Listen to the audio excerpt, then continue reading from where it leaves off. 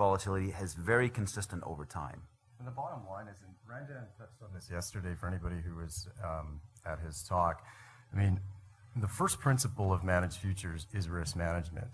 You know, it's that example I gave you. Like, trends are easy to find. It's hard to capture them. The question is, how big of a position do you take? How big of a position do you have at time zero? And how big of a position do you have when vol goes up by 2 times?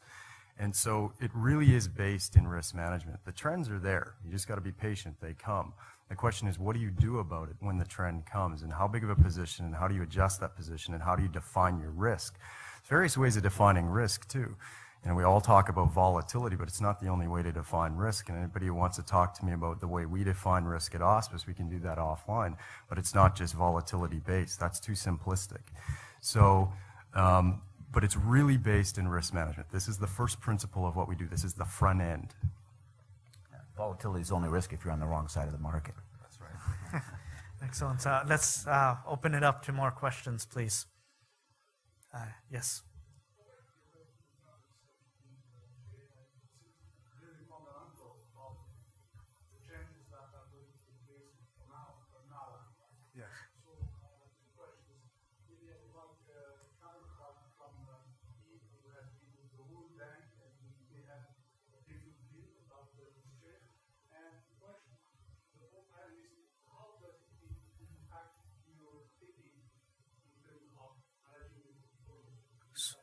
So I will just quickly repeat the questions, and I'll paraphrase it. But based on the some of the capital market developments that Jay brought up earlier, what are the ramifications, and what's the thinking with regards to that specific to your programs? And I think Jay and Yves were asked to comment on this to start. There you go.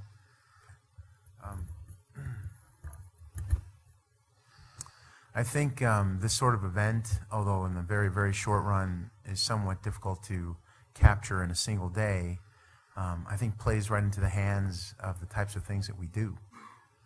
Because this is going to force a global repricing, not just a repricing of individual assets or individual bonds or individual country interest rates or commodities, but the relationships between the two. It'll forever change the nature of swap spreads. It'll change the nature of expected shapes of yield curves. All of these things will trend and will reprice. And I don't know of a better, asset class than managed futures to capture that.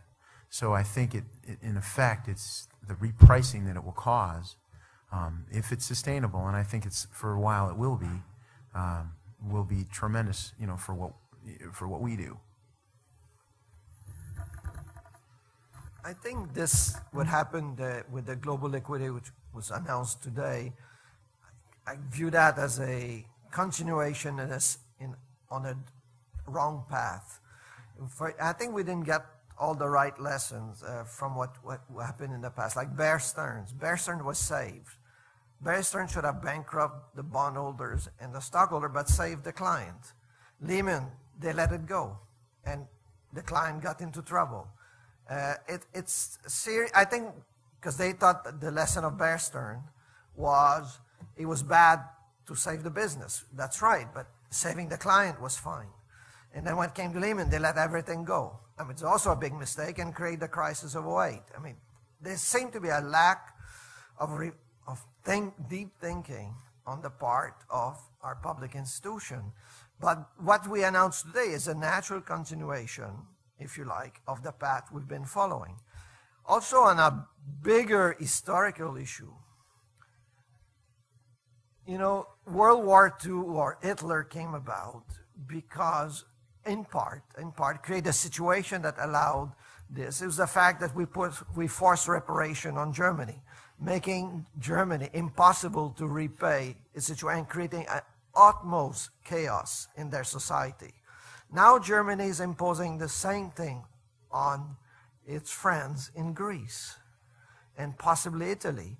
It's a stupid path. Fine, the Greek did stupid things, but they didn't do it by themselves. They were enablers. They were German. They were the German banks. And, and here in the U.S., we have a similar problem with the mortgage crisis. Clearly, there were dodos who borrowed 110% to speculate on houses, and they should go under. But at the same time, if we don't support the housing market, we're going to continue on our path of recession. I mean, clearly, when the Fed today looks very exciting, you know, and help the globally, we have a moment of excitement. It's unclear that it's sustainable because we are not addressing fundamental issues. We're just putting liquidity. I think my colleague was quite right. I think there will be over the short run, and that short run could last a year or more, but not forever. We will have a repricing of many instruments, and clearly CTA are a great space for that, and so has global macro. Traditional other strategies, it's a little unclear. But in the long run, you know, the issue of the debt of over-indebted country has to be addressed. And clearly, we're going to have to forgive people who made mistakes. And the same thing in the mortgage market in the U.S. Until we face this situation and try to correct them and address the fundamental issue, all this liquidity is a balm, but it doesn't fix the broken leg. Just mitigate the pains. So in the long run, I'm very pessimistic. And I think I agree with you. It changed the nature of banking. The risk, the bank have not fully de-risked. I mean, they're deleveraging under pressure, but a lot of risk taking place. The resistance to Dodd-Frank, which has a lot of problems, but at least conceptually, the concept of a bank too big to fail, that means the bank is too big to exist. So it has to be broken. And if you did that, you would have solved most of the problem. Most of the problem. I will give you another little example where I'm personally involved. It's MF Global, an irrelevant firm outside the CTA space. Absolutely irrelevant. They let it go under. Fine, no problem with that. But they mess up the clients. And with money sitting on the side. I mean, I think you break a bond of trust, and what it means that every time in the future when you do transaction, you don't believe in the sanctity of your segregated money or you deposit in a bank. You start questioning that. That's how runs gets established when there's a lack of confidence. And the action of the government is very consistent. You know, on the one hand, they let this lack of confidence come out of MF Global, which was absolutely not necessary. There was sufficient money available to take care of most of the client issue. Not necessarily of the bondholders and the banks that lend money to MF Global, but definitely the client issue and the segregated account. But we decided on the bankruptcy law to, anyway, I could talk at length for people who want to discuss that after the meeting. But this lack of consistency is very, very scary, I think, in the long run. I'm very nervous for the future, but not for our industry per se, because I think we are reasonably quick at reacting to events, and that we probably will benefit from these actions. Maybe not 1 day or 2 days, but over the next month, I think the CTA will do pretty well. Maybe some people are on the good side today, on the bad side. 1 day doesn't matter. But over the long run, that will bring trend and a new repricing, and I think the CTA space will participate. You pointed out something very interesting beyond his comments. All of us as managers actually do have pretty insightful views as to what are going to happen in the world, but we don't let it impact the way we manage money. We still manage money using systematic strategies. I actually don't believe it's as bad a thing. I've always believed that you can kick the can down the road and that these are instruments provided you do the fiscal things necessary to solve the problems when you have the time. That provided, I don't know what's going to happen, but what is this going to create? What is this event going to create today? Well, for the last number of months, we've been talking about potential outcomes for CTA strategies. And part of our job as a manager, and Joseph, you asked us, well, what's going to happen to our strategies, is to try to be able to educate our clients about if certain events happen, how are we likely to respond, and how are our positions likely to respond, and how is our performance likely to evolve. So for the last several months, we've said, look, there are really two broad scenarios that could unfold. One scenario is you do get a dislocation. Something happens, you get a substantial decrease in investor confidence, and we do get a dislocation, probably not like 2008, but something in line in that direction. The other one is if you can kick the can down the road, if you can create measures that create confidence, in the short run, you'll probably get a repeat of 2010. You'll get risk back on, because the one effect of a lot of capital in the system with not a lot of lending going on, is that capital needs a home, and it will bid up the price of risk assets.